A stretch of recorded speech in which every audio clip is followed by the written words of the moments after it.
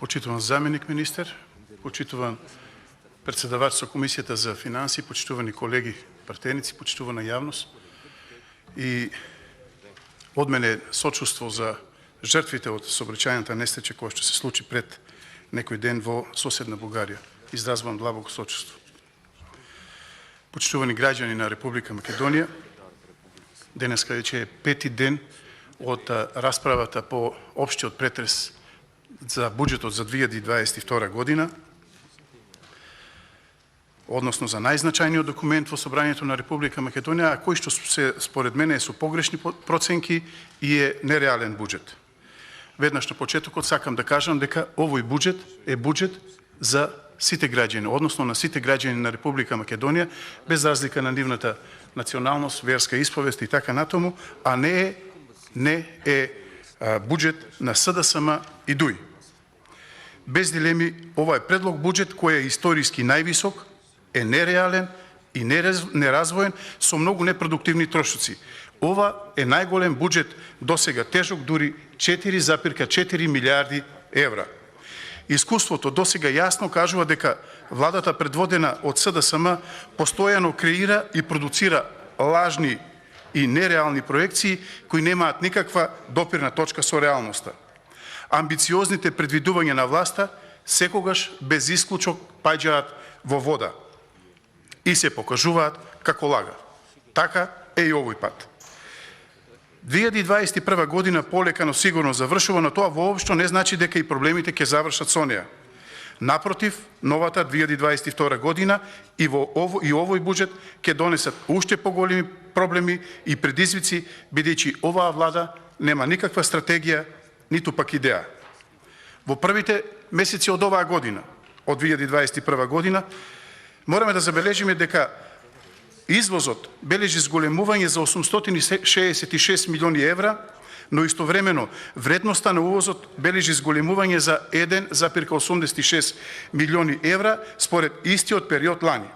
Ова значи дека трговскиот дефицит бележи раст за цели 28% или во апсолутен износ тоа е зголемување во вредност од 220 милиони евра. Како што спомнав, трговскиот дефицит или дефицитот во нето извозот од првите месеци од 2021 година достигна 1 милиарда евра, што значи дека увозот е поголем од извозот за повеќе од 1 милиарда евра. Ова 1 милиарда евра трговски дефицит ќе се покрива преку задолжување на државата, задолжување на граѓаните и задолжување на приватниот сектор. Тоа е најдобар показател дека економскиот модел е неодржлив и дека државата, приватниот сектор и граѓаните со оваа влада на СДСМ стануваат се посиромашни и позадолжени. Цените на енергенсите дополнително ќе ја намалуваат куповната моќ. Од почетокот на годинава до овој месец, до ноември, скоро за 1000 денари се зголемија основните месечни трошоци, односно, ако во јануари едно 4-члено семејство му биле потребни 32.791 денар, веќе во ноември овој месец за намирување на основните потреби му биле потребни повеќе од 951 денар или скоро 1000 денари. Растот на цените на храната, но и на другите производи како резултат на високите цени на енергијата се повеќе ја подгреваат инфлацијата во земјата. Дека цените ќе растат и натаму потврди и Народна банка која што ја зголеми проекцијата на инфлацијата за 3,1% до крајот на оваа година. Внимавајте, значи до крајот на оваа година. Граѓаните и синдикатите се вознемирени дека сето ова ќе се истори на грбот на најниско платените работници, а загриженоста веќе се чувствува и кај бизнисмените, односно кај приватниот сектор. Но пак граѓаните се загрижени дали овој раст на цените и храната и очекуваната нова цена на струјата по нова година ќе го иседи нивниот буџет, кој што фактички е непроменет за една година. Цитирам: секојдневно нови цени во продавница и на пазар. Еве маслото веќе надмина 100 денари. Нови цени има на шеќерот, кондиторските производи, лебот, месото.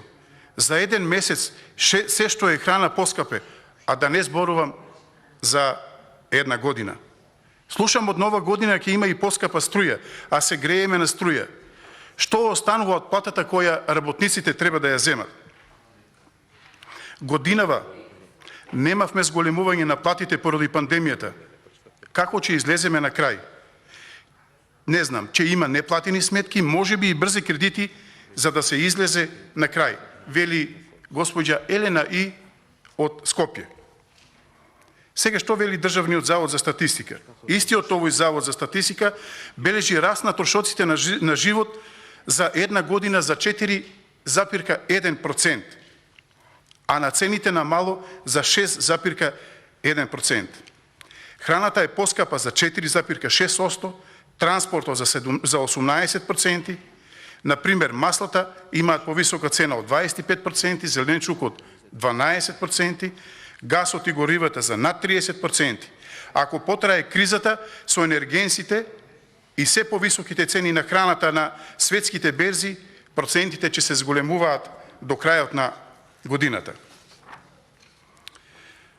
Дополнително, потврда за лошите економски перформанси на владата во 2021 година е фактот што нето извозот од ТИР зоните во првите 6 месеци од 2021 година бележи пад за цели 96%. Пад од 96%. Имено, нето извозот од ТИРС во првото полугодие од 2021 година изнесува скромни 4 милиони евра, доека вредноста на нето извозот во истиот период лани изнесувал 104 милиони евра. Во делот на приходите, проекциите за приходите во буџетот за 2022 година се направени погрешно. Имено за тековната 2021 година, која што нормално е поидобна основа за проекциите на буџетот за 2022 година, Министерството, кој што го предвидува, односно кој што го составува буџетот, предвидува раст од 4,1%. Но сите показатели на третиот квартал од оваа 2021 година укажуваат на тоа дека растот оваа година ќе биде низок, а можеби и негативен.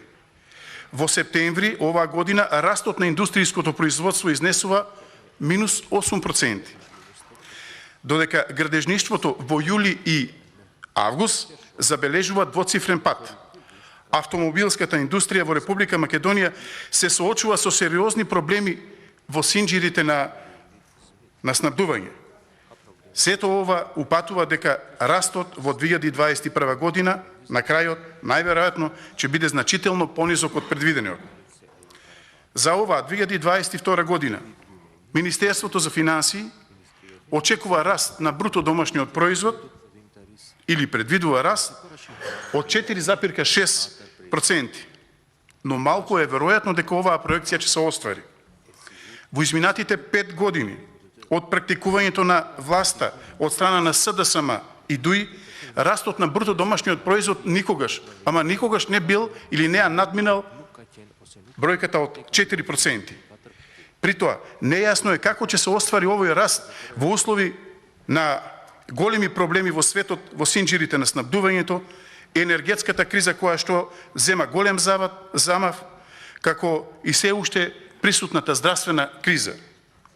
Инфлацијата, како што спомнав и на почетокот, представува дополнителен проблем во проекциите на Министерството за финансии.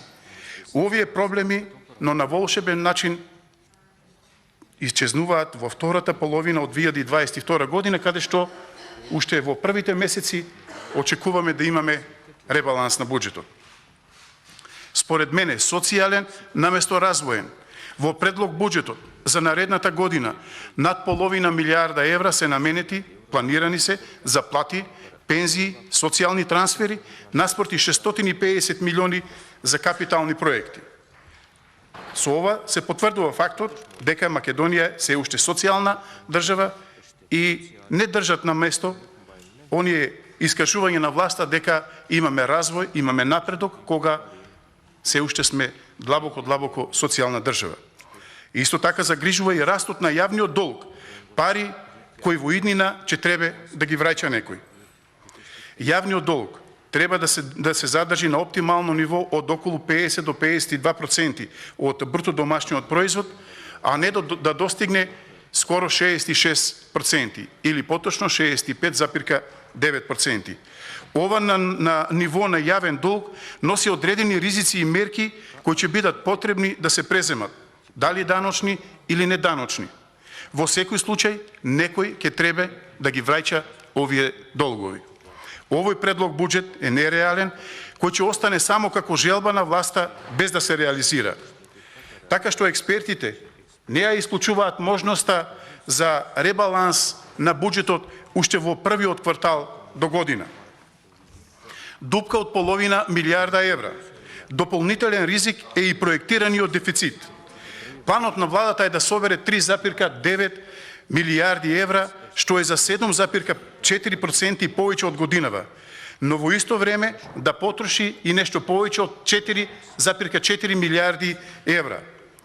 Ова отвара дупка од над половина милијарда евра, која што ќе се покрива преку задолжување. Планот, почитувани граѓани, е да се прави на домашниот и на меѓународниот пазар, односно, конкретно, буџетскиот дефицит ќе изнесува 4,3% од бруто домашниот производ или во пари 544,4 милиони евра, ќе се враќаат и дополнителните 188 милиони евра веќе позајмени пари. Од овие 441 милион евра ќе се обезбедат од домашните извори, задолжување од домашни извори, а 346 милиони евра од странски извори, повторно задолжување кои што ќе треба да го враќаат идните генерации. За да направиме споредба на работењето на СДСМ, мораме да го споредиме со работењето на опозицијата во овој момент на ВМРО ДПМН.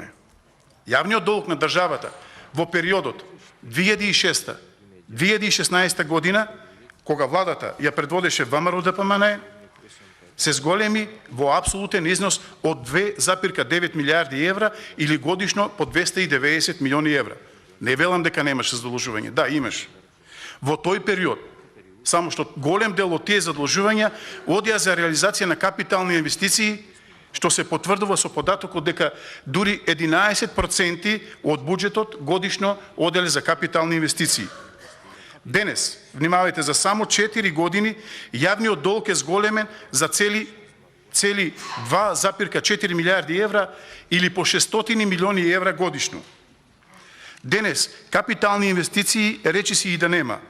Од буџетот на државата за капитални инвестиции во овој момент се издвојуваат скромни 6,5%. Да резимираме. Јавниот долг во време на ВМРО ДПМН растел по 290 милиони евра годишно, а во време на СДСМ по 600 милиони евра годишно. Европската комисија во својот извештај за земјата посочува дека владата на премиерот во заминување Заев нема јасна стратегија за економски развој на државата. Имено, Европската комисија нотира дека стратешката визија на владата за привлекување на странски директни инвестиции за поддршка на иновациите и извозот е нејасна и дека не постојат никакви стратегии во овие области. Дополнително, во извештајот се нотира дека Законот за стратешки инвестиции е целосно проблематичен и нетранспарентен во делот на тоа каква дискрециона поддршка и буџетски средства државата може да им обезбеди на тие стратешки инвеститори, што индиректно упатува на можноста за злоупотреба и корупција, таму каде што сме први во овој момент. Први сме во злоупотреба и можните сомневања за корупција. Оваа влада на СДСМ од првиот ден води погрешни политики за привлекување на странски инвестиции. Дел од тие погрешни политики лани беа оценети со голема нула. Политиките на СДСМ беа оценети со голема нула од страна на германските инвеститори во земјата. Дополнително, порастот на корупцијата влошувањето на бизнис климата, придружени со целосно напуштање на претходно воспоставениот модел за привлекување на инвестиции во периодот 2006-2016 година е главна причина за најголемиот пат на странски директни инвестиции во земјата, споредбено со земјите од регионот. Почитувани колеги пратеници, ова требаше да биде буџет кој ќе понуди решение за излез од кризата. За излез од кризата, за престојните предизвици со кои ќе се соочуваме и следната година. Овој буџет во кој што се наоѓа, ова требаше да биде буџет со кој барем владата ќе се обидеше да го врати секојдневниот живот на граѓаните во нормала. Сепак, како што и на почетокот потенцирав, желбите и нереалните очекувања се едно, а можностите се сосема друго. Реалноста е, Македонија е пред банкрот. Животот е се поскап, имаме здравствена, енергетска и економска криза, а проектирано е оваа година владата да потроши 4,4 милиарди евра. Имено, од тука, како партеничка група на ВМРО-ДПМН со коалицијата Обнова за Македонија, поднесовме голем број на суштински амандмани, околу 200 амандмани, во сферата на енергетиката, образованието, земјоделието, невладиниот сектор, во делот на животната средина. Овие амандмани се амандмани кои што произлегува од потребите и барањата на граѓаните, на приватниот сектор, на стопанствениците, на бизнисмените, стручната јавност со цел амортизирање на шокот и намалување на штетите кои ни престојат во делот на енергетиката, економијата и здравството. Јас како пратеник од Тиквешијата имам поднесено околу 15 амандмани. Се надевам дека пата мнозинството ќе ги прифати истите тие амандмани, кои што се од суштинско значење за граѓаните на Тиквешијата, но и за Македонија, и на еден транспарентен начин ќе овозможиме, односно ќе го коригираме, ќе коригираме проекцијата на овој буџет кој што е пред нас, на буџетот за 2021 година. А се со цел да се обидиме, да исправиме нешто, затоа што, почитувани граѓани, почитувани колеги пратеници, се поизвестно, се појасно е дека овој буџет ќе го води нова влада, предводена од ВМРО-ДПМН. Благодарам.